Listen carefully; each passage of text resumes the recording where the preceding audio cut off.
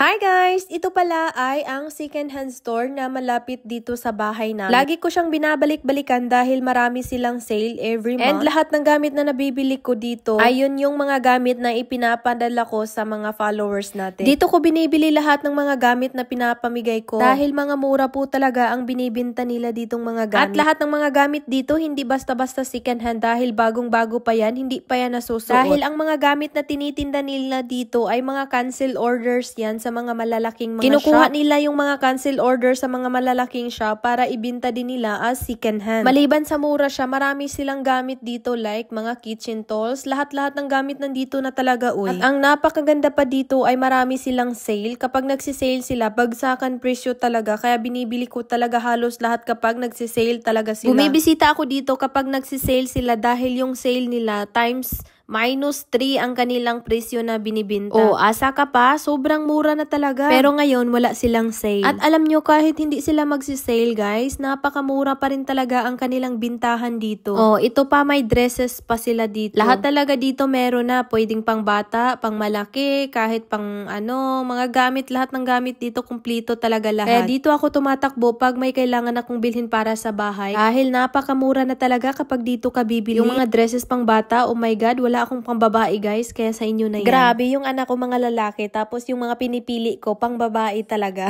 Nag-i-enjoy ako sa mga dress ng pang babae, oh my God. Kung may babae lang talaga ako, nako, naging prinsesa na yung aking babaeng anak. Meron namang pang lalaki, kaso malaki pa, hindi pa magkasya sa aking mga pang lalaking baby. At dito banda naman mga tsinelas at mga sapatos yan. Kapag nagsisale yan, huhurutin ko na talaga sa pagbilian uy. Kaso wala silang sale ngayon. Naghihintay pa akong mag-sale sila dahil babalikan natin ito palagi. Doon makakabili tayo ng mas marami talaga. Mga sapatos dito, iba't ibang klaseng brand din siya. At lahat ng yan hindi pa nasusuot guys ha. Grabe, sobrang dami. Yan, meron din silang mga ganito dito. Tinitinda nila yan, mura na din yan dito guys. Dahil kung bibilhin mo yan original price, aabot po yan ng 10,000 pesos. At meron pang mga teddy bears na bago pa. Pero yung mga teddy bears na binibili ko guys, doon po yan sa second hand app store nila dito sa South Korea. Meron po silang app na second-hand store talaga siya. Lahat second-hand at gamit na gamit or mga yung iba binibigay, tinatapon, parang ganun ba? Kinukuha ko din yun lahat. Tapos meron akong nagustuhan ditong mga dresses ng pangbabae. Ayan, pwedeng-pwede yan sa kahit anong event na mapupuntahan mo or kapag nagsisimba ka. Ganda pa dito ay magaganda po talaga ang mga tila ng kanilang mga dresses. Ayan, may kulay pula pa na dress oh. Sobrang cute niya tignan. Grabe, ang kulay pula.